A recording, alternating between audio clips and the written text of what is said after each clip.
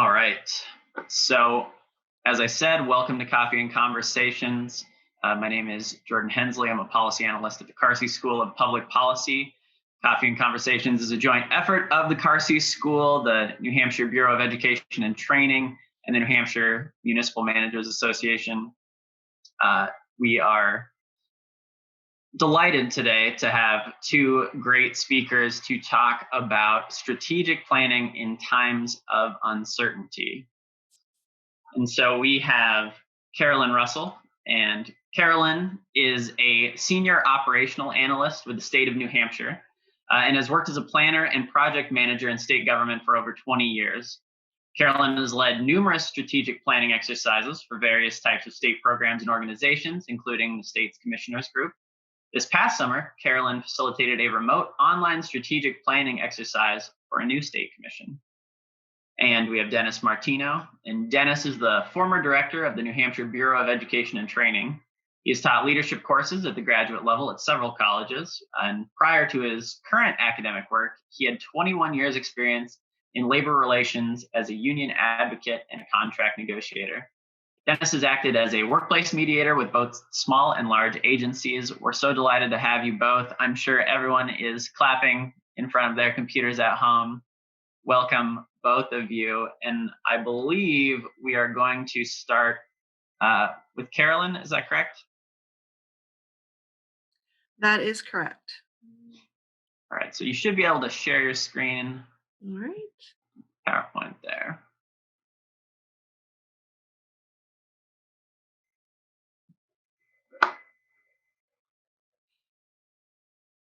All right. Well, thank you for the introductions. I'm happy to be here virtually with everyone. I apologize if my four-legged coworker makes noise. Normally she's snoozing at this hour, but right now she's decided to play. So I'm going to talk just a few slides, walk us through some fun topics around strategic planning with uncertainty. And hopefully there'll be a little bit of opportunity for you to interact and participate virtually at home, at least with yourself. First, I want to start with the traditional strategic planning perspective, where you're starting from a current state, you define a future state that you want to get to, and you figure out what are the best strategic actions to take that'll move you towards that desired future state.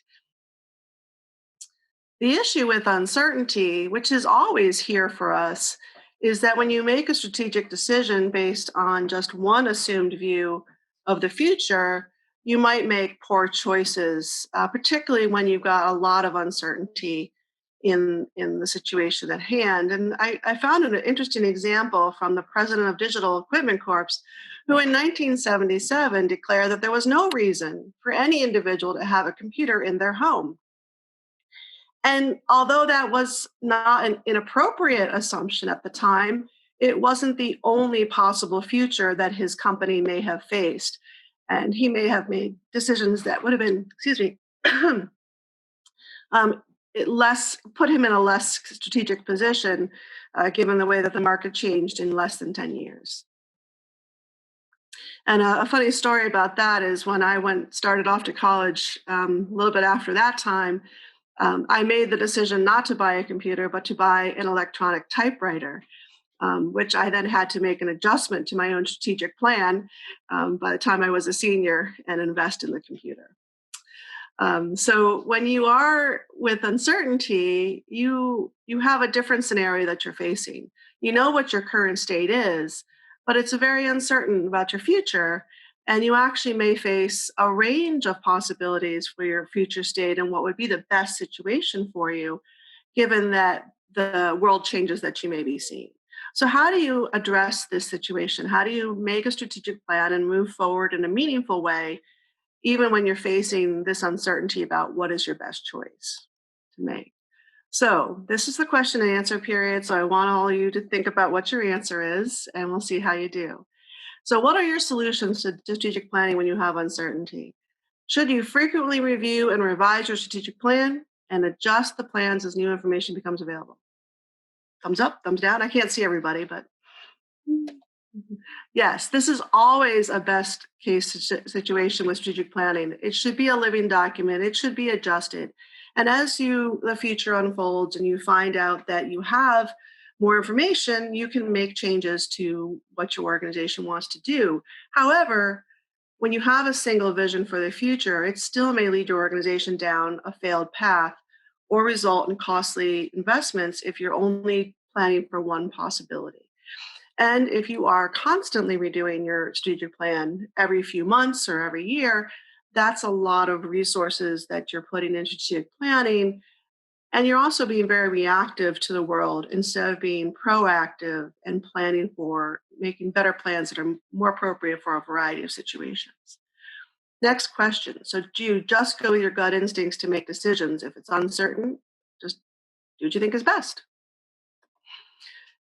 Not so fast. Even when you have a lot of uncertainty about the future, there are things that can be known, and it is still valuable to gather that information and to make decisions that are logical and analytical and based on the data that you have. This points to the value of having metrics. If you've done the work to have balanced scorecard or a set of key indicators for your organization, that can help point you in the direction of where things are going and whether or not you're still on path to be successful. And looking at data, it can also, for example, if you have changed your method of providing for customer services, if you have a built-in metric for getting feedback from those customers, you will know whether or not they are appreciative and that approach is working for them, or maybe you need to make another change. Next question. Do you need to be aware of biases with strategic planning under uncertainty? I think particularly when you have a lot of uncertainty, it's important to think about and mitigate against natural biases. Biases such as confirmation bias, where you really only pay attention to the information that confirms your existing view of the world, or normalcy bias, where you minimize the threat of changes and think it'll just be all back to normal pretty soon. Those are potentially undermine a good strategic plan because it's not accepting that there's that much uncertainty or change potential in the world. How do you mitigate against these biases? Well, the first thing is to use a team.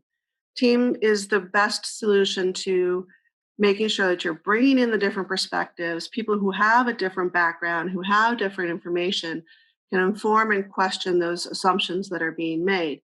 And make sure when you're doing strategic planning that you're building in the time and space to question your assumptions. And again, look to the data and make sure that the data is supporting what you think is happening and is actually confirming your belief in your assumptions. And finally, should you engage in what we call scenario-based planning?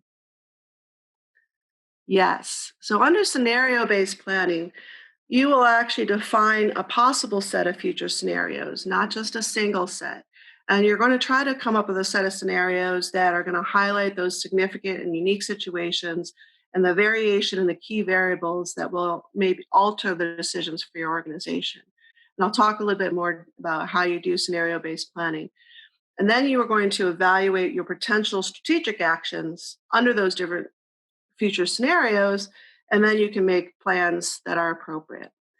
This is an approach that can help move an organization towards a more proactive or predictive stance, where you are anticipating changes and you are setting yourself up to detect those changes and then preparing to make adaptations as you go.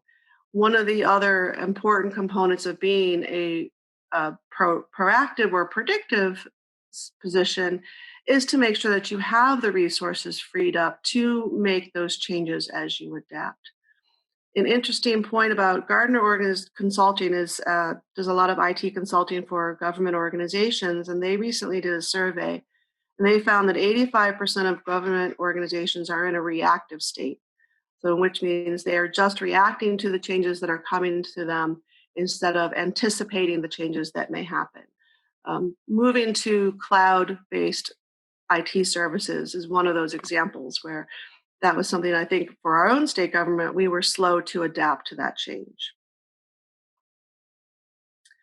How do you do scenario-based planning? Let's walk through it real quick. You're going to identify those key variables, those sources of uncertainty that are going to have a particular impact on your organization. Right now, there are lots of COVID examples of uncertainty. How long is this pandemic going to last? Will you face a change in your funding level under the current situation? What is the demand? How is the demand for online and remote services going to be in the future? Is this a temporary change, or is this going to be a permanent change that might affect your organization's decisions? Once you have those key variables, you can define your planning scenarios. You may definitely want to keep it small, no more than 3 to 5 scenarios. And you want to stay in the realm of probable. So it's a probable future.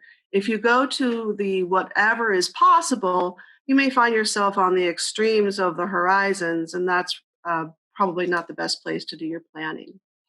And then finally, once you have your different planning scenarios, you will identify your potential strategic actions, and you're going to want to evaluate those under the different scenarios.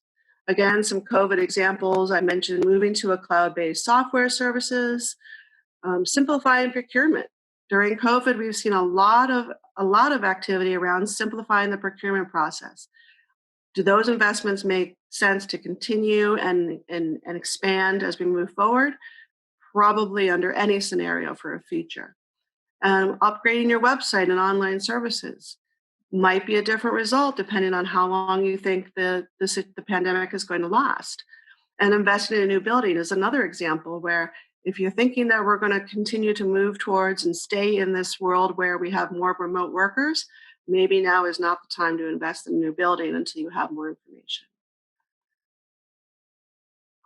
And so here's an example of what your analysis might look like once you've got your scenarios. Here I've got scenario A, B, and C, and you've identified a number of strategic actions. Here we've got actions 1, 2, and 3.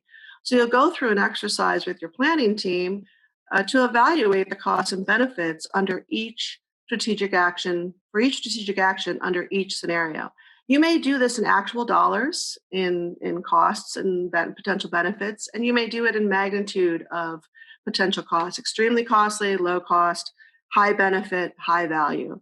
And as you evaluate those actions under each scenario, you'll get a better understanding of the choices that your organization might make. You can select actions where the benefit is greater than the cost under all scenarios. In this case, if you look at strategic action number 2, it's a win under any scenario. It makes sense for your organization to invest and pursue that strategic action. You might also be looking for actions where the average benefits across every scenario are greater than the average costs. In this case, you might pursue actions number 2 and 3 because those are more likely to be beneficial going down. And finally, as you're looking at the strategic actions that you're selecting for your organization, you want to consider your risk position. If you take this action, how does it affect your flexibility to change in the future? Is this a decision that is setting you on a distinct path that may be difficult to move away from? Or is this an investment that if you do face a different scenario, you're going to be walking away from a lot of sunk costs? And so that is all that I had to offer in terms of an introduction to planning under uncertainty and some additional ideas and food for thought. Awesome. Thanks, Carolyn. And I think now we have Dennis to do a brief presentation, and then we'll move on to the question side and the conversation piece. So I can share my screen now, correct? Yes. All right, that sounds good. Doesn't want to start the screen. Let's see. How about now? There it is. There it is. So here we go. I looked at this. I had the I had a sort of a leg up on this because I actually saw what Carolyn was planning to present. So I came at it from a little bit of a different angle. I think some of the things that Carolyn pointed out about being reactive, that survey about 85% of government agencies being reactive, I would guess that's on the low side, particularly in these times, because we've had a lot to react to. there are some agencies that are obviously reactive by their very nature. If you work in a fire department, if you work in public health, you're reacting to things that are on the horizon. So I have always looked at, in some basic way, about, I thought I would take this more from the technical side that Carolyn spoke of, which is extremely important. You know, she talked about metrics, et cetera. Those things, you can't leave those out. Otherwise, you're just sort of wandering through the desert aimlessly. But I've always looked at this. You know, she mentioned going from the current state to a future state. I've always looked at it like, where would you go if you could go anywhere? And I have a couple of pictures up here. One's the Eiffel Tower, one's the Leaning Tower. Oops, best laid plans. But you know, you might, let's say you wanted to go to Europe, you would have some considerations. You would have considerations like, how much is this going to cost? Do I have the time to do it? Will a European country even let us in as Americans? You know, there's a lot of things that, and the tide shifts very quickly. So that's one of the things that I wanted to take a look at, and just sort of step back from planning, and hopefully I won't be redundant. So one of the things that you know, Carolyn posed some questions, and I guess I would too. One is, does your agency have a plan? And I know that probably sounds crazy. I think that we believe that most agencies in this day and age have a strategic plan, but I don't mean one that's in a binder up on a shelf that was created heaven knows when. And I have asked this question of some of my students, you know, does your agency have a plan? They do not know of one. Now, I'm going to dig into that a little further, because if people don't know that there's a plan and how they fit into it, they're at a disadvantage. So, you know, if there is one, do you know what's in it? And when was it prepared? Was it prepared? I've seen agencies that are starting up a strategic planning effort, and the last one they had was 7 or 8 years ago. And if you ask them if they met any of their goals, they really can't tell you. And it gets to one of the things that Carolyn mentioned, which I think is really important to emphasize, which is you have to review these things constantly. They have to be living documents. You can't just say, okay, check that box off, we're done with it. And then the last question I have was, who was involved in putting this together? And I have a personal story on this. I am the chair of the president of a nonprofit organization. And I just took over that role. I was on the board and I just took over that role. A few years ago, the organization went through a strategic planning process. And they hired a consultant to come in and help write it. And what they did was they came in and they interviewed all the staff about what they were doing and what needed to be done and goals and objectives and the whole 9 yards. They never once spoke to the board of directors, the major stakeholders. They never once did. So my point about who was involved in putting this together is you have to be cognizant of who it is that you're serving as well. Now, that doesn't mean that every stakeholder has a seat at the table when you're doing it, but somehow they have to be involved. You have to query what's important to the stakeholders. Otherwise, you're sort of missing the point. So, you know, a couple of, I guess, givens. The plan must be strategic, meaning that it's not just getting you to tomorrow. It's getting, you know, it's looking downfield. It has a long-term perspective in view. It has to have some metrics. And, you know, Carolyn mentioned this, but I look at it from this perspective. If you don't have some clear way of determining whether or not you're being successful, then you've done something wrong. You've missed the boat. You know, do some classes in program evaluation. And, you know, one of the things you do with that is to set up a logic model, like what are the inputs, what are the outcomes, et cetera. And that relies on having some way to measure success. You know, there are key indicators, there's various ways of looking at it. You know, Carolyn mentioned balanced scorecard, which uses a lot of metrics. It has to be a living document. And I have another example. A number of years ago, there was a state agency that underwent some strategic planning. And one of my coworkers at the time was facilitated the planning session. And they reviewed their plan every month because they did a good alignment of who was responsible for what. And the head of that department would put, I don't want to say put people's feet to the fire, but he would have assemblies where everyone who had an assignment or a task to oversee had to report in. And they linked it to their budget. So if something wasn't in the plan and you wanted to spend some money on something, you had to go before some sort of tribunal to get permission because it wasn't in the plan. So it was truly a living document that they were living with. It has to be reviewed very often. That's, again, Carolyn mentioned that. I would add something to it. Even the best laid plan, so to speak, even the absolute tightest, best plan you can come up with can't anticipate everything. And if you were continuing to do something when it was like, batting your head against a wall, that wouldn't be very bright. You have to review things and say, do we have to recalibrate? Are there any new events that have occurred that mandate that we have some sort of adjustment?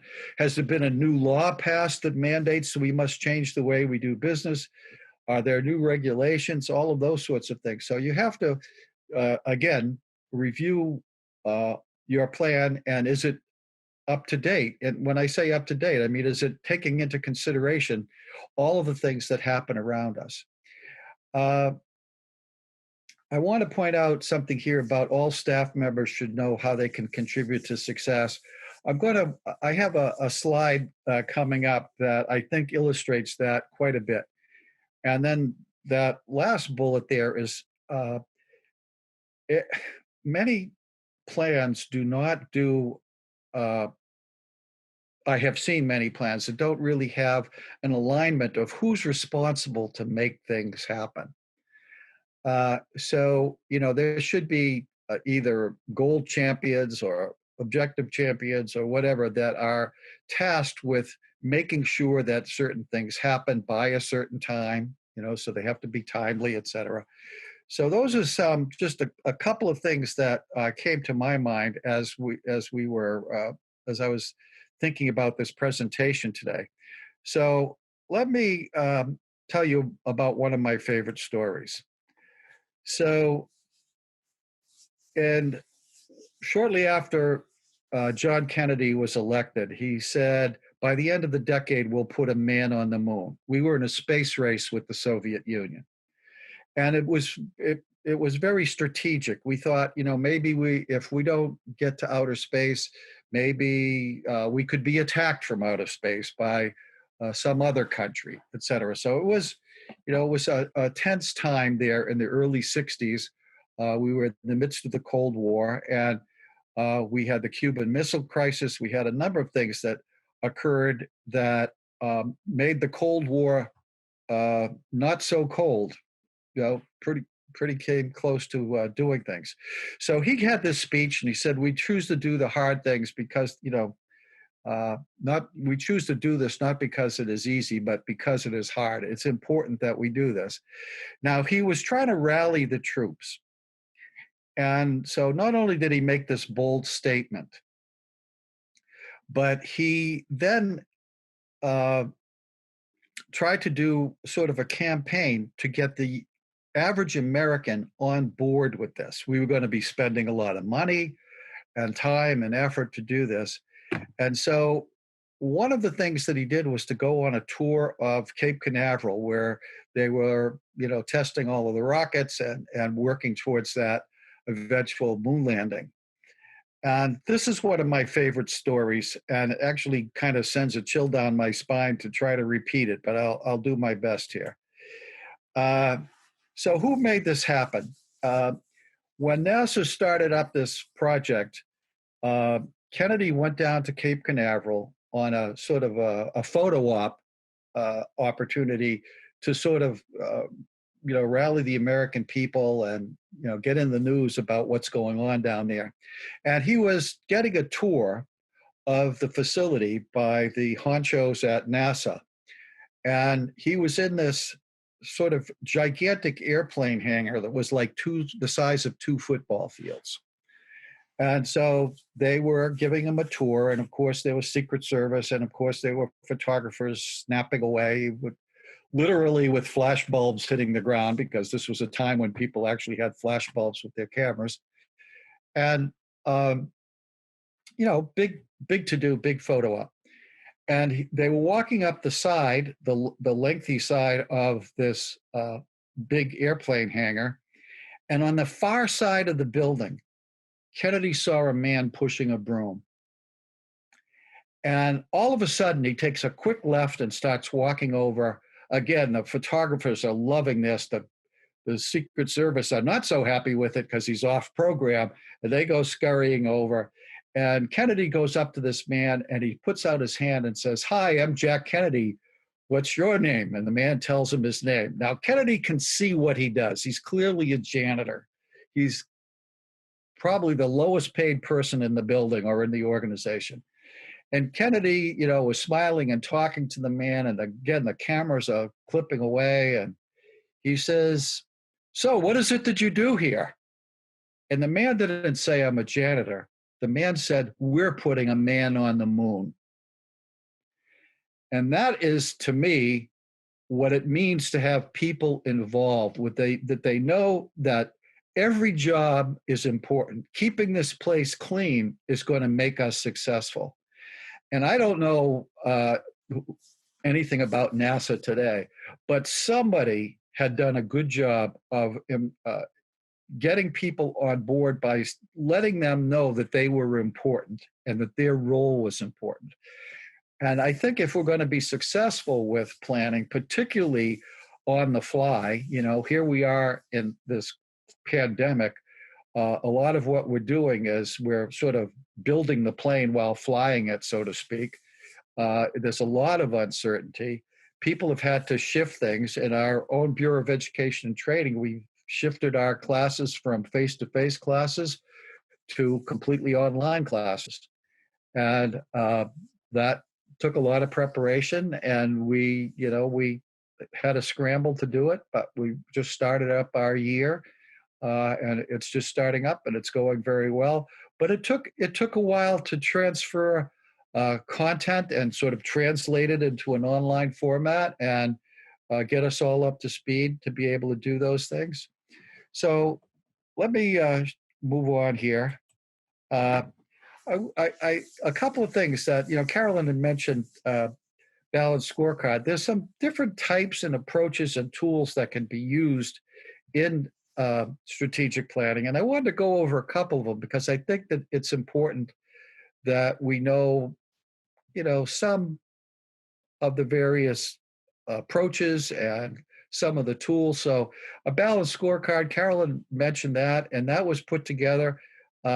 Sort of the backdrop to that was a number of organizations that were very successful were studied, and the people that came up with the idea of a balanced scorecard looked at it and said, there are these 4 major categories that if you're successful in those and you put in, you can measure success in those areas with some key indicators, then you're going to be successful. They literally started off by just examining very successful organizations.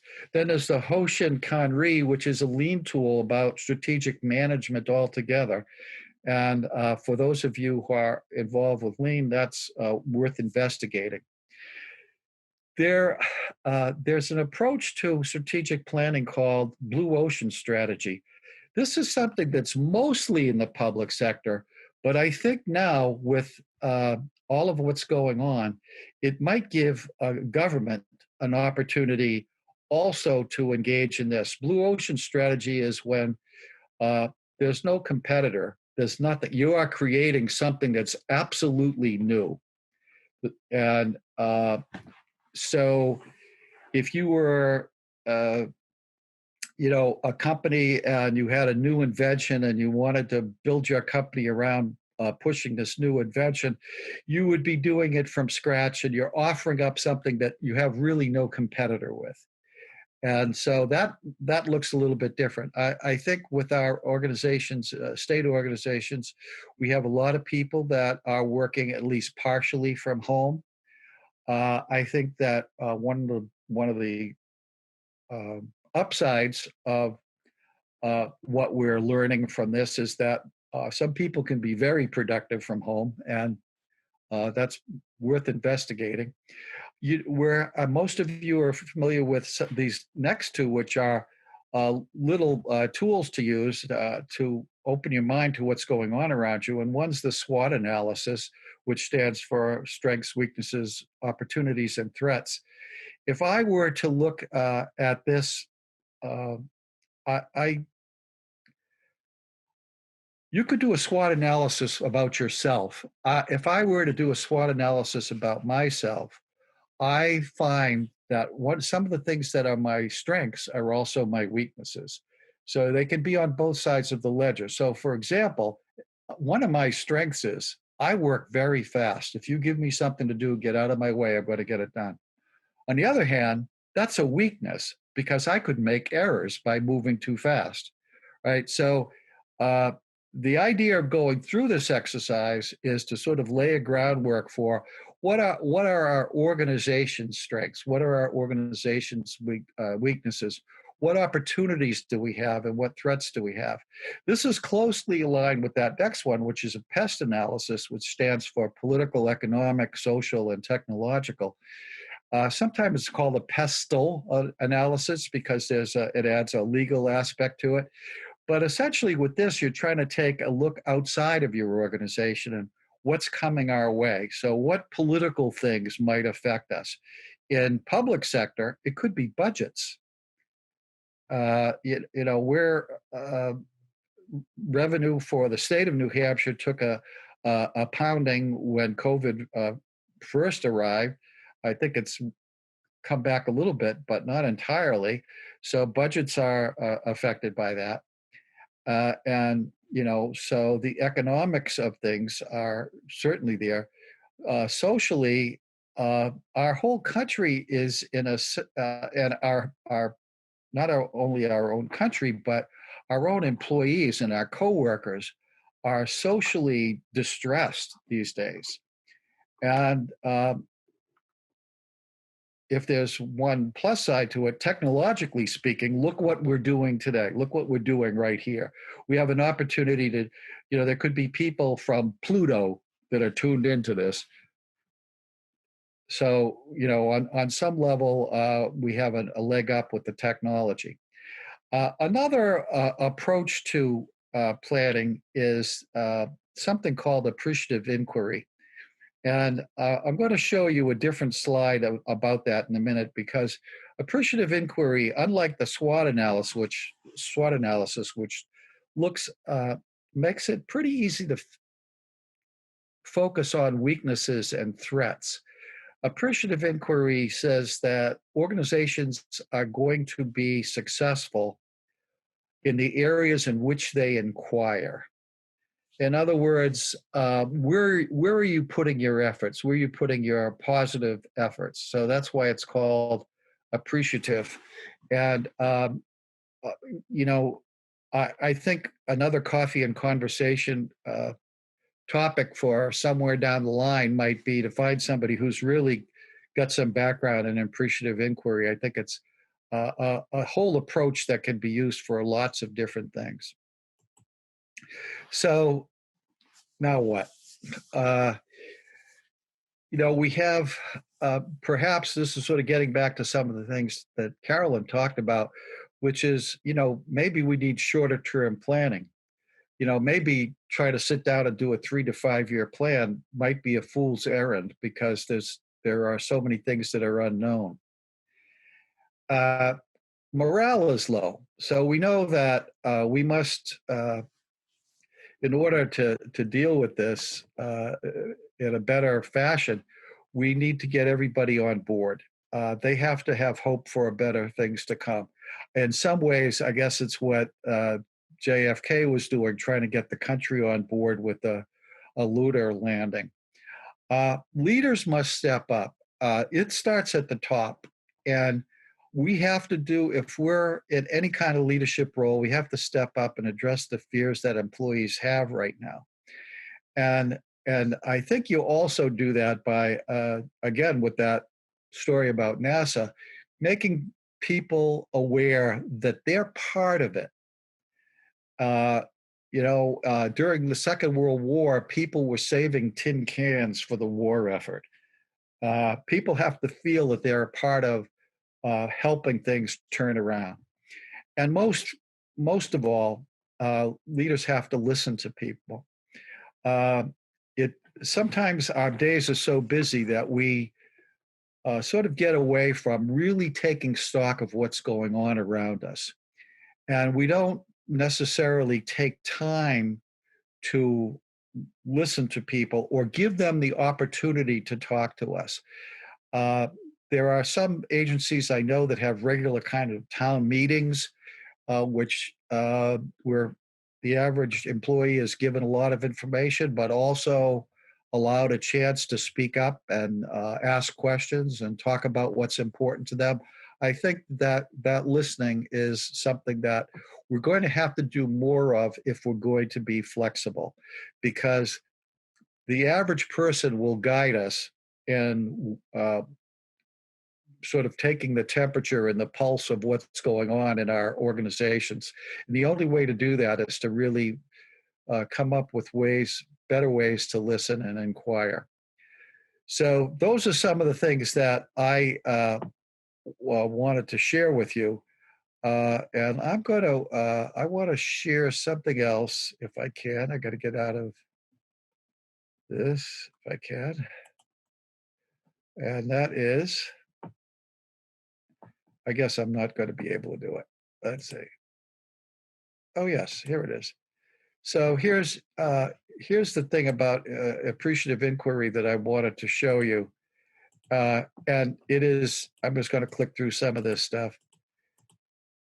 It is this 4D model, which is appreciative inquiry approach is often worked out in practice by using this 4D model. The first one is discover. People talk to one another. Often they do it in structured interviews to discover the times when the organization is at its best. So let me just take this for a second. I have used this with some groups to say, tell me about something that was very successful for your organization or your work unit or whatever this past year. And frequently they can come up with something that they're really proud of. And then what we've done is to deconstruct that and say, okay, what factors attributed to that success? And then as you plan, you build in those factors. So if that was transparency, if it was collaboration, if it was all of those things, you made sure that you put your future, you embedded those things into your future. And then you dream sort of large group conference where people are encouraged to envision the organization at its peak moments, design, and then you go into the mode of designing, and then the final phase is sort of implementing the change. And so that's a little bit about appreciative. That's the 4D model of appreciative inquiry. And I think just a suggestion for the future, there are some people that are very expert with using this approach, and that might be an interesting topic for coffee and conversation another time. So that's what I have, and I hope that it was helpful in some way. Awesome. Thanks, Dennis. I'm going to stop the slides here, I think, so that we can see folks' faces a little bit better, and we'll move into the conversation side of this. It's a little different here virtually. So if folks have questions for Dennis and Carolyn, I think Nick placed it in chat, but please place any of those questions in the Q&A box, and we will get to them as many as we can over the next about 28 minutes or so. So we have one question here already from Ben Frost, and I'll kick this over to you both. In the face of great uncertainty, where there are equally plausible futures, let's say, do you think it's an appropriate decision to delay making a choice among different strategic actions?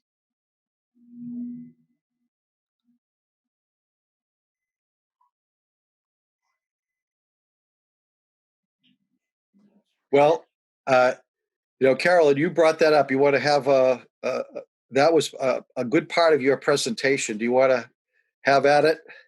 Sure. I was just thinking that it was exactly kind of the conclusion. I think you put that question to me before I got to the conclusion of my slides, in that depending on the level of investment, depending on what you do know, you may choose to delay making a decision about a particular action or investment.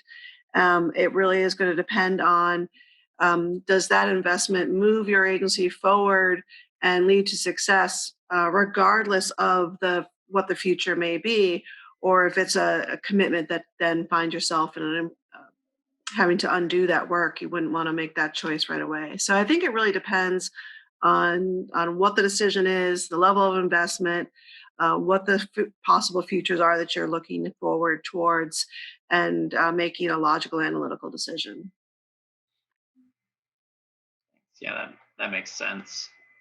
I guess I would agree. I'm struck by the question about in terms of more like project management, which is on some level you have to measure risk, right? And so that's, it's hard to test those waters. One of the things that Carolyn mentioned in her presentation was about having people not just sort of get in rank order and have people that are actually questioning, asking tough questions. And I know that there have been some organizations that when they have a meeting, they of any sort, they have a designated naysayer. They have a designated devil's advocate who is going to sort of poke holes and keep you from making that sort of groupthink kind of decision by raising those tough questions. And I think that's helpful. I think we do have to be cautious and a little bit slow in these times to make absolute decisions. But on the other hand, we may not be able to spend the time. Some things take a little bit quicker action, particularly when things are in such flux. Sometimes to do nothing is probably not a good idea. So, yeah, that's a great point. We have another question here. If a large firm has a strategic plan, let's say, is it necessary for its sections to have their own individual plans? So perhaps a department strategic plan? I would say yes, but I think it's important that whatever individual section, that their plan is in alignment with the company plan, the larger vision and planning that's worked on at the organization. But in that case, they're focusing on, for their particular area of work, what are the things that they need to address. I couldn't agree more. I know that there have been times when agencies have inquired about having some facilitation of some team building exercises. And one of the things I always cringe when I hear that, because it sounds like people are going to be hopping on one foot on a blue dot and falling into each other's arms, and they can get a little kind of crazy. I try to make sure that people in team building are going to come out with a product. And one of the things that I've used several times is to say, if your organization has a strategic plan, let's get your work unit aligned with it. Let's find a way that you are actually building your part of it so that you are contributing to the success of the organization's strategic plan. So I think, as Carolyn said, I think it's really important to do that. Otherwise, again, I guess back to getting everybody involved. If you're not, what is it that your unit is contributing to? You could be maybe not counterproductive, but at least not contributing to the success as well as you could. Thanks. So, waiting for a few other questions, but I've got a few as well. Thinking about folks who maybe aren't in leadership positions at their agencies, they might be watching this, they might be thinking about strategic planning. What kind of advice would you have for folks who they see the merit in strategic planning, they'd like to get maybe leadership of their organization on board, or maybe just how they can use it in their own personal lives or personal work?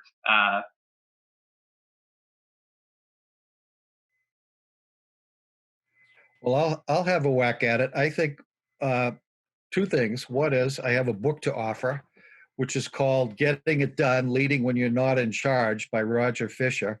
And it's about the sort of small p politics about how do you get something done in an organization if the people above you are inert, so to speak.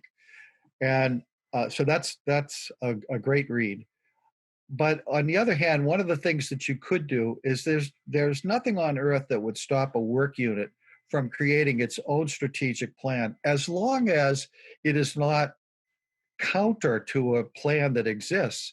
So if no global plan exists, I think any work unit would be wise to do it. And I think that you could get that going just in staff meetings, like sort of point by point.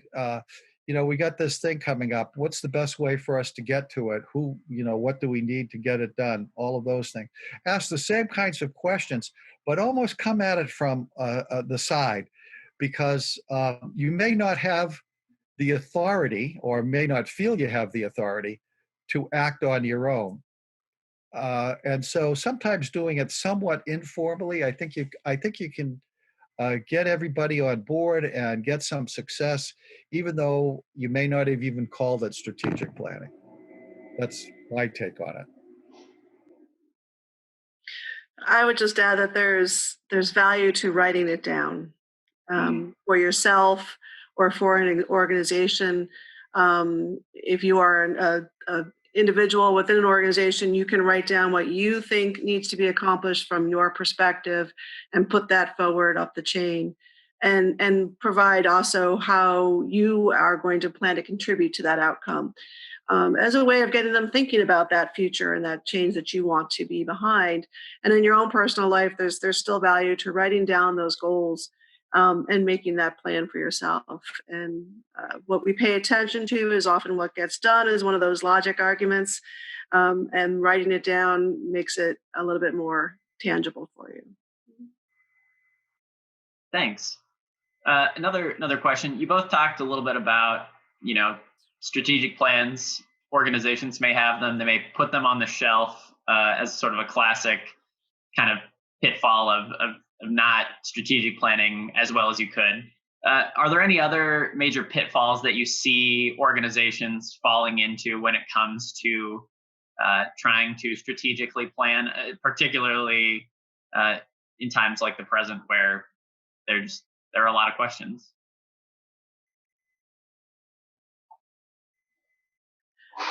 Dennis, do you want to start or chime in? All right.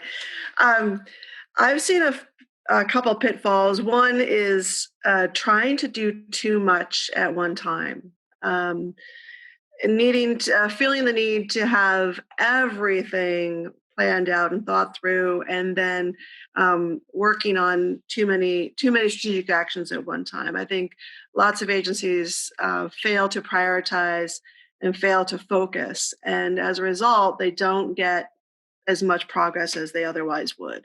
When resources are required to jump from task to task to task, their efficiency goes down.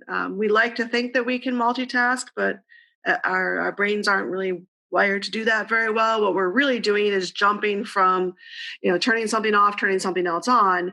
And having that greater focus actually allows us to be more successful. So I think that's the big one I would emphasize. I'll let Dennis speak to this, and then I see we have another question. Well, Carolyn just raise something that I think is very important to realize is there are a lot of organizations who they sit down and they do planning and they load it up with so much that it falls under its own weight, that they can't possibly do it all. So frequently, when I have facilitated some strategic planning, one of the things that I do are I haven't done it with everyone because sometimes they're just too impatient, but I try to have a little respite between where we digest the plan, and then we come back for what I call the sober moment. Can we actually do all of these things that we said? What's realistic for us to be able to accomplish? That's one of the things that I where things can fail is that it can be weighted down.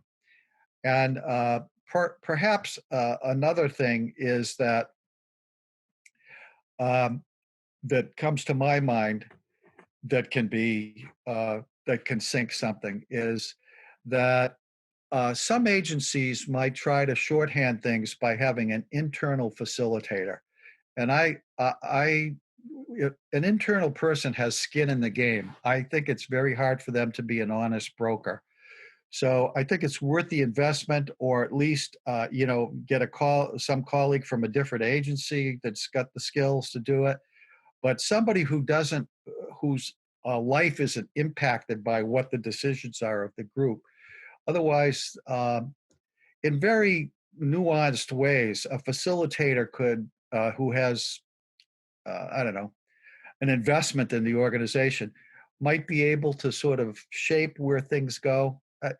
It's subtle, but I think that the selection of an outside facilitator is perhaps an area where some agencies can go wrong.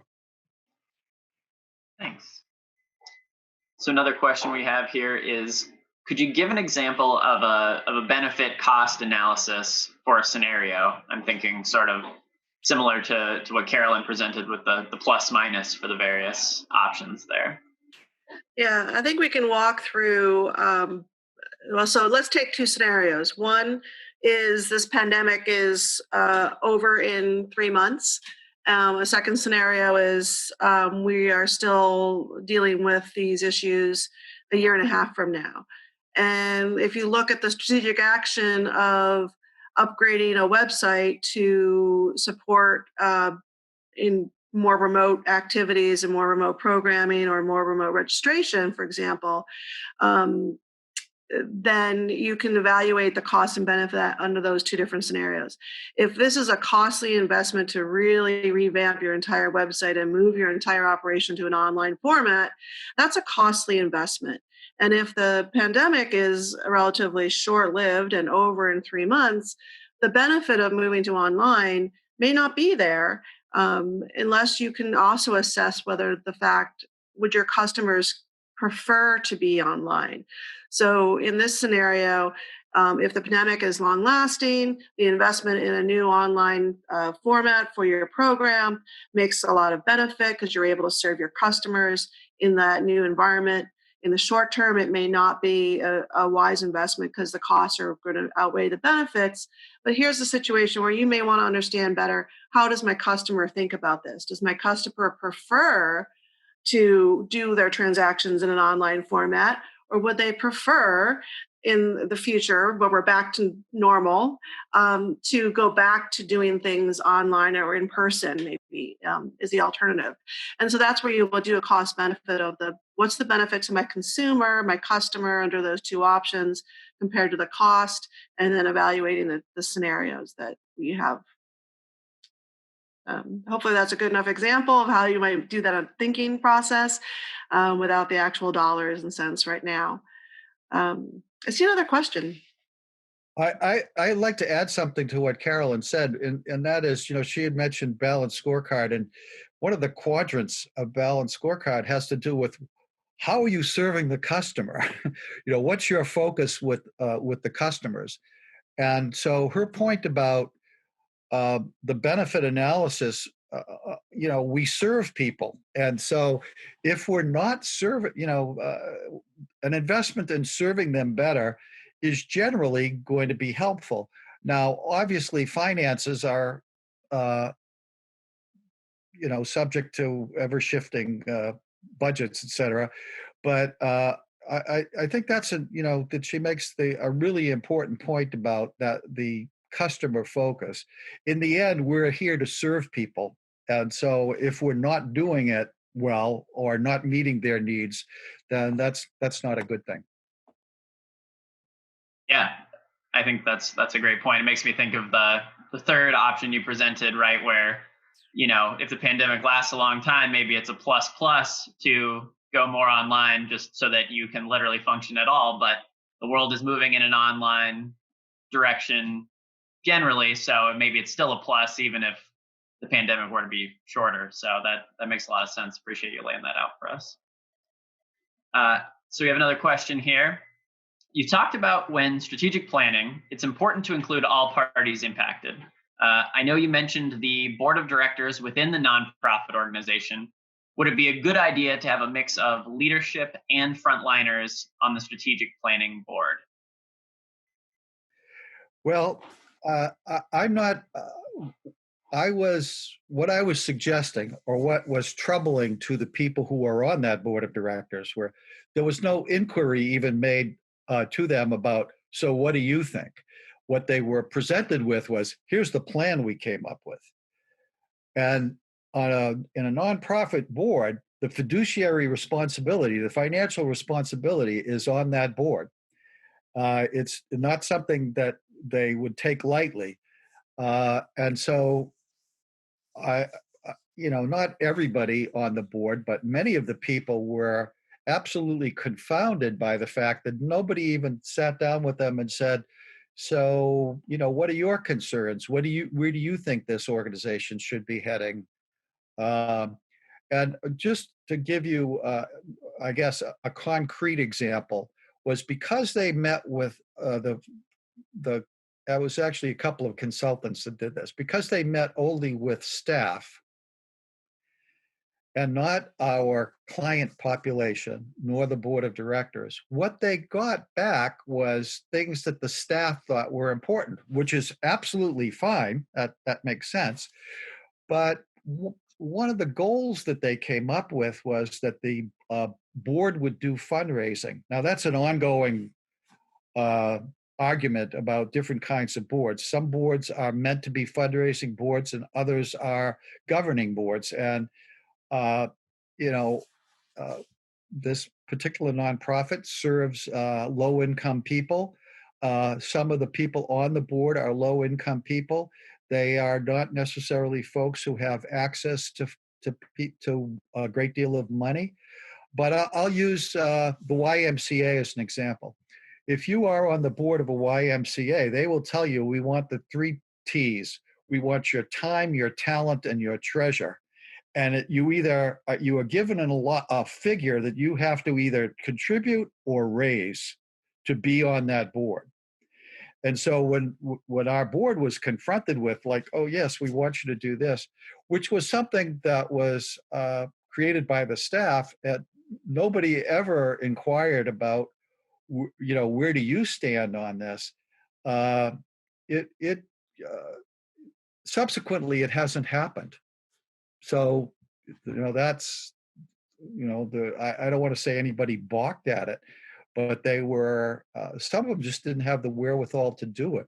And so that's why I think one of the things that can go amiss is if all of the voices aren't heard before, as you're putting this together, you can make errors. So there was a mistake that happened.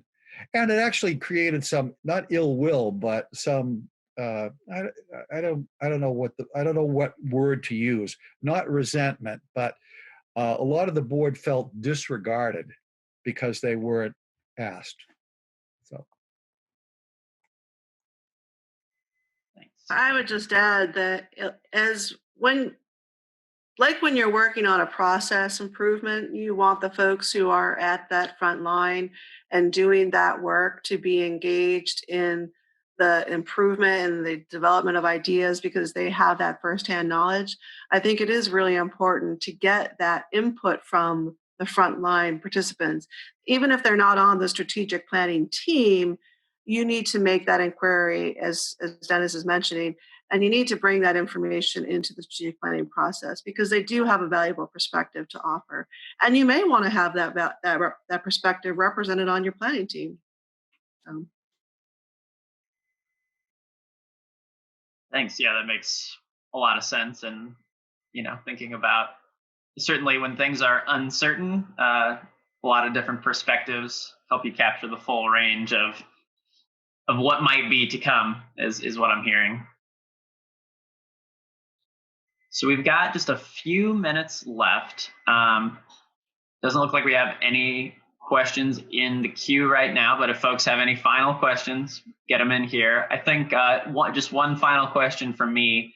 Thinking, I thought that JFK example was very poignant in terms of, getting buy-in, getting people sort of focused on whatever the strategic goal of an organization is. Are there any current examples that either of you would point to of organizations that are really doing this well?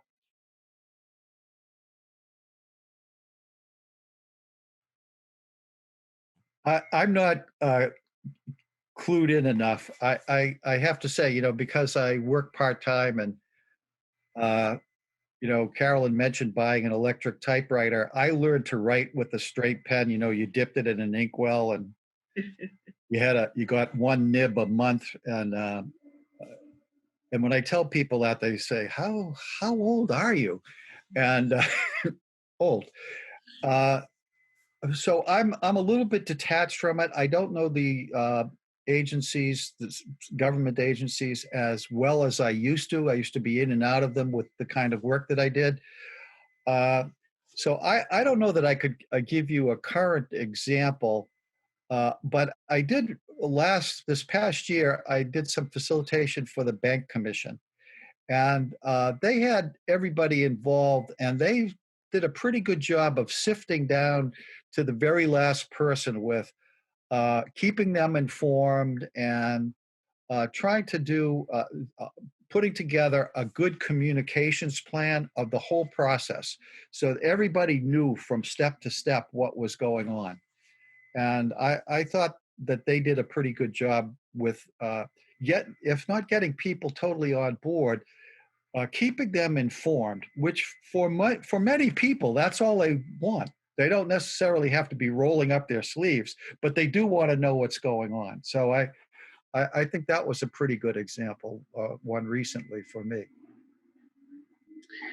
Yeah, I recently facilitated an online effort for the Commission on Aging, and they had done a lot of background work at all of the reports that had been done prior to their commission being formed, and we did a fair number of surveys of the members of that commission along the way during the strategic planning to gauge their give them a chance to identify their priorities.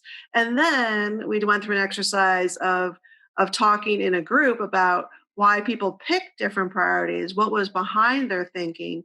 And then we would go through the exercise again to pick new priorities. And it was interesting that conversation with the group, looking at the results, then talking about why they voted that way, why someone who maybe voted for somebody that didn't get a lot of votes, they would talk about their issue, why they thought that was the most important. We actually saw perspectives change and people's understanding of issues changed. And I thought that was a really valuable component of the work that group did, was having the conversation and not just doing once and done for prioritization and picking their priorities. So.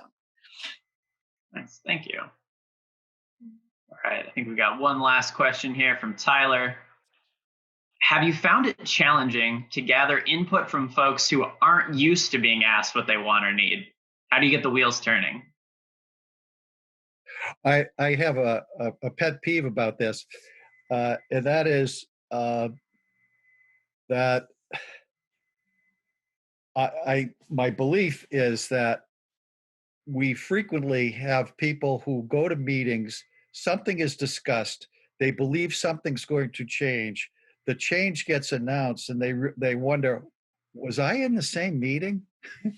And so one of the things that I've tried to do is to let people know everybody must have their say, but everybody can't have their way. The fact that somebody said something in a meeting doesn't mean that that's going to happen. It's a process. And so I think that sometimes people will feel like they're not being heard, even if they have been. I think that, like Carolyn's last example about, having a discussion about why was this important to you or what have you, actually can shift what the priorities are and change some minds. But I don't know that we spend enough time doing that. So a lot of people still are afraid to speak. And that's in some agencies, that's learned behavior, that you don't speak. And I'm sad to report that, but part of that's the personality of the people in charge and what have you. And if you don't feel encouraged to speak, you're probably not going to do it. Yeah, I would add, getting to the question about how do you get information from folks who maybe aren't used to being asked what they want or need, is you don't ask them directly, what do you want or what do you need? We've done a mission building exercise where we asked folks to bring us stories about when they felt the most positive and successful in their job. And Dennis talked a little bit about this. And from that, we identified what was the action that was taken, who did they do the action for, who did they serve, and what was the benefit to the person that was served. And from that, we were able to derive the mission of the organization. You could also ask the counter argument to that. Give us an example where things did not go well for you in your role, and what happened and why, and what ideas might you have around how that could have gone better. I think if you get them into their specific situation, they'll be able to give you a little bit more of their perspective than if they're asked directly, well, what do you need? Because it's harder for folks sometimes to come up with those ideas. Yeah, that makes a lot of sense. Well, we're here at 9:30. Carolyn, Dennis, thank you both so much for joining us today in as we say, these uncertain times, to talk a little bit about strategic planning this morning. Really appreciate you being here, and really appreciate all the folks on the call who are listening. Thank you so much for being here. We will be back next month on October 14th, and our topic will be the proliferation of online learning. So we hope to see you there. Please look out for some more information to come on that. Some of us are living that, so. Yes. Yeah. Well, thank you all. I appreciate it. This was fun. Thank you very much, everybody. Thanks, and have a great day, everyone. Bye-bye.